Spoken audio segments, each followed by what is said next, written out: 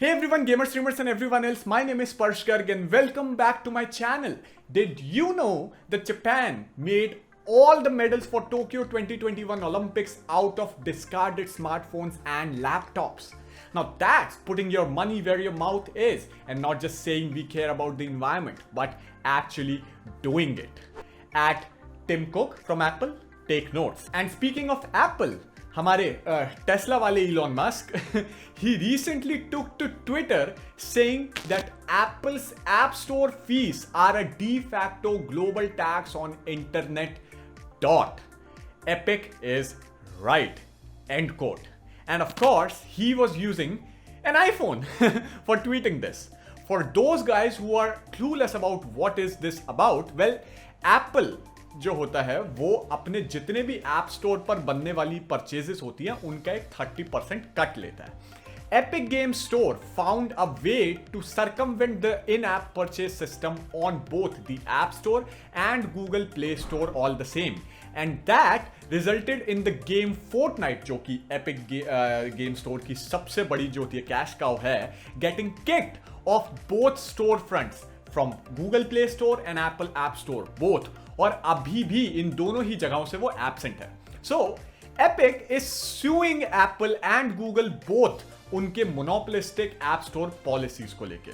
Now अगर आप मेरे चैनल को जानते हो, मुझे जानते हो और जानना चाहते हो कि मेरे इस चीज के बारे में क्या ख्याल है, तो मेरी ये वाली स्ट्रीम देख लो. इसके बीच में एक जगह पर मैं उस स्ट्रीम के नीचे टाइम स्टैम्प दे रखा है, जाकर देख लेना. इन एप्पल की प्रैक्टिसेस के बारे में मेरा क्या ख्याल है तुम्हारे को पता लग जाएगा.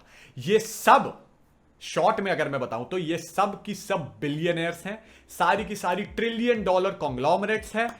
एप्पल भी, गूगल भी, epic game store billion dollar conglomerate है. इन सारे के सारे इनमें से कोई एक भी दूध का धुला नहीं है, चाहे वो एप्पल हो, टेस्ला हो, टेंसेंट हो, एपिक गेम्स हो, कोई भी हो. इन सबको अपना तू मैं कर लेने दो. हम यहां बैठ के सिर्फ पॉपकॉर्न खाएंगे और बिलियन डॉलर कॉन्ग्लोमरेट्स को लड़ते हुए देखेंगे, क्योंकि at the end of the day ये हमारे लिए अच्छा है. And personally speaking, Elon Musk has no right to comment on other companies bad practices. उसकी खुद की कंपनी टेस्ला की बहुत बैड प्रैक्टिसेस है राइट टू रिपेयर को लेके. उसकी मोनोपोलिस्टिक इलेक्ट्रिक कार्स की जो प्रैक्टिसेस है उससे रिलेटेड मैं अलग वीडियो बना सकता हूं. तुम बोल दो, मैं बना दूंगा. लेकिन ट्रस्ट मी, इलॉन मस्क दूध का धुला नहीं है और उसके पास कोई राइट नहीं है एप्पल को क्रिटिसाइज करने का. लेकिन Who cares about right? हमें मजा आ रहा है. Speaking of मजे आना, companies are not done suing each other. This time we have Intel and most of the motherboard manufacturers. Motherboard manufacturers are uniting against Intel's efficient PSU plans. वो pushback कर रहे हैं around the proposed ATX 12VO power standard जो कि Intel लाना चाहता है. Intel अपने ऑल्डर लेक लॉन्च के लिए मैन्युफैक्चरर्स को कन्विंस करना चाहते हैं to shift towards more energy efficient ATX 12VO power standard ready for these Intel 12th gen CPUs.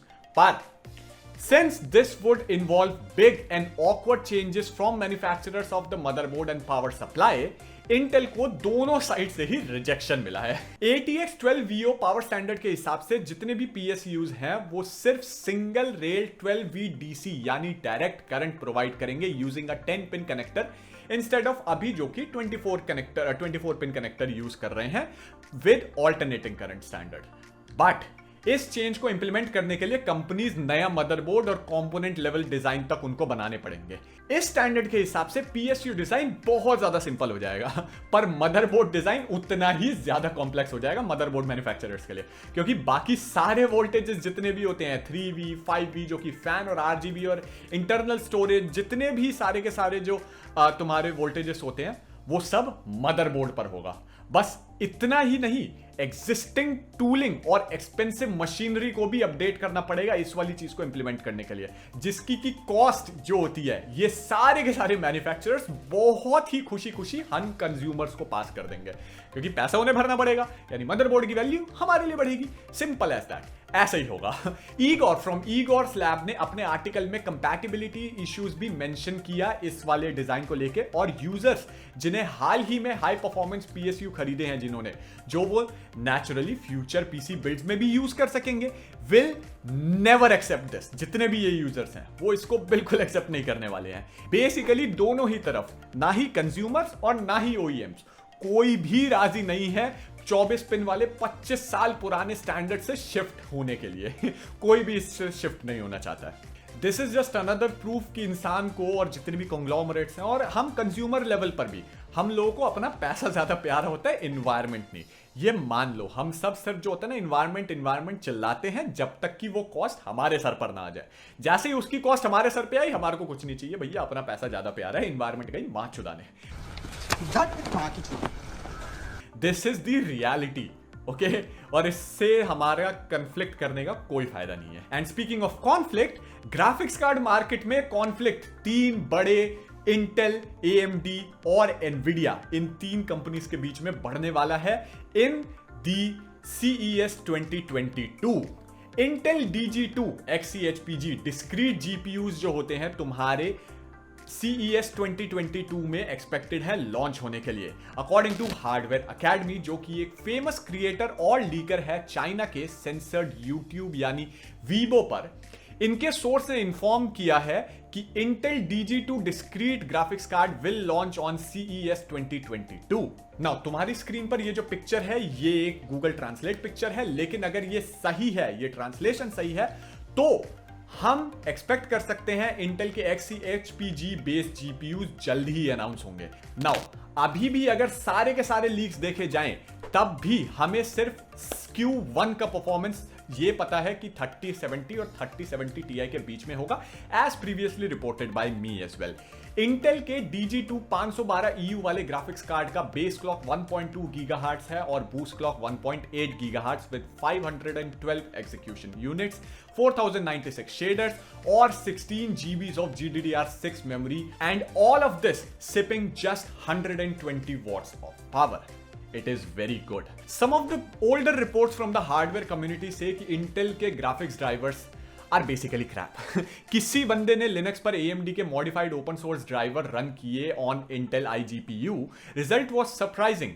AMD driver पर Intel ग्राफिक्स कार्ड्स 10% अच्छा परफॉर्मेंस दे रहे थे इन दी हेवेंस बेंचमार्क। और बोनस एडवांटेज ये था कि number of annoying crashes to the desktop reduce हो गए थे AMD ग्राफिक्स के साथ, बजाय कि Intel ग्राफिक्स के ड्राइवर को यूज करने के।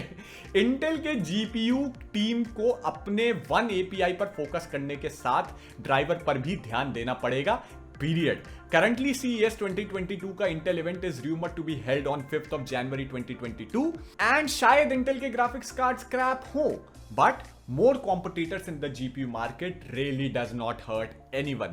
क्या पता भैया हमारी बजट गेमिंग इंडस्ट्री तो पूरी तरह से डूब ही रही है, तो शायद Intel $200 का कार्ड निकाल दे जिसमें तुम्हारे को 3070 और 3070 Ti की जितनी परफॉर्मेंस मिल जाए, $250 में निकल जाए। $250 में अगर तुम्हारे को 3070 और 3070 Ti के बीच की परफॉर्मेंस मिल जाती है, चाहे वो किसी भी तरफ से मिले और चाहे वो कितने ही क्रैपी ड्राइवर्स हो, as long as companies committed कि वो ड्राइवर सही होंगे और हमारे को वो परफॉर्मेंस मिलती है, ट्रस्ट मी ग्राफिक्स कार्ड की मार्केट में बहुत बड़ा वरदान होगा वो। And we are not done talking about GPUs. In more GPU leaks, AMD Navi 31 and NVIDIA AD102 यानी कि Ada Lovelace जो होता है उसका 102 यानी कि तुम्हारा 80 और 80 Ti क्लास कार्ड जो होता है, AD102 यानी कि 102 तुम्हारी डाई, 102 डाई यानी कि तुम्हारा 80 और 80 Ti क्लास का कार्ड, और AD यानी कि नेक्स्ट जनरेशन Ada Lovelace। ठीक है, ऐसे NVIDIA अपने नेमिंग स्कीम रखता है, अगर तुम लोगों को नहीं पता था और चैनल पर नए हो तो AD102 और Navi 31 यानी AMD का अगले जनरेशन का 7900X वाला वो।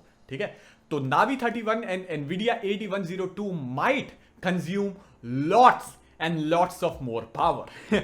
मैंने दोनों ही GPU के लीक्स सेपरेटली पहले ही कवर कर दिए हैं, अलग अलग वीडियोस में मैं आई बटन में दे दूंगा, पर इस 3D सेंटर आर्टिकल ने सभी डेटा ये एक सिंपल टेबल पर दिया हुआ है, तुम्हारी स्क्रीन पर है। NVIDIA leaks on Twitter from Copite7 Kimi and Greymon 55 जो कि बहुत ही प्रोमिनेंट लीकर्स हैं, इनकी सारी बातें लगभग 99.9% टाइम सही निकलती हैं।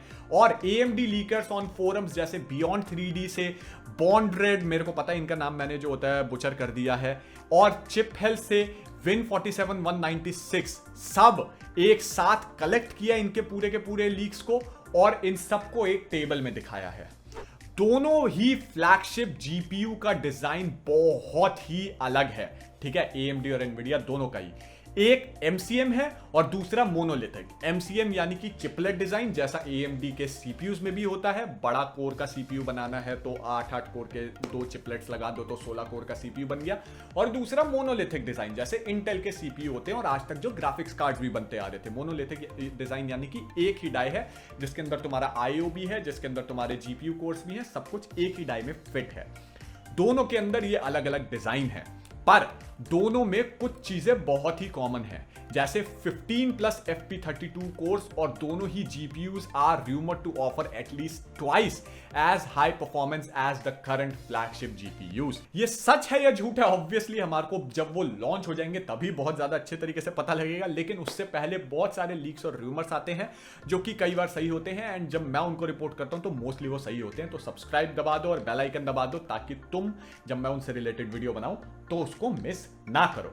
Now these things whether they are true और नॉट, इन सब के बारे में रूमर्स निकलना, और अगर ये रूमर्स सही हैं तो they are certainly impressive. That performance, एक ही जनरेशन में twice the performance is certainly pretty impressive. You can of course pause the video and read the slide क्योंकि मैं इसमें सिर्फ कुछ बहुत ही updated information को summarize करूंगा। Now, Nvidia के AD102 GPU will consume a lot and a lot of power, more than 400 watts of power. Comparison के लिए तुम्हारा 3090 भी मैक्सिमम पर 350 वॉट की पावर कंज्यूम करता है। So more than 400 watts of power is a huge update. ठीक है, TDP रेंज अभी फाइनल नहीं हुआ है लेकिन जल्दी हो जाएगा, मैं उस पर रिपोर्ट करूंगा।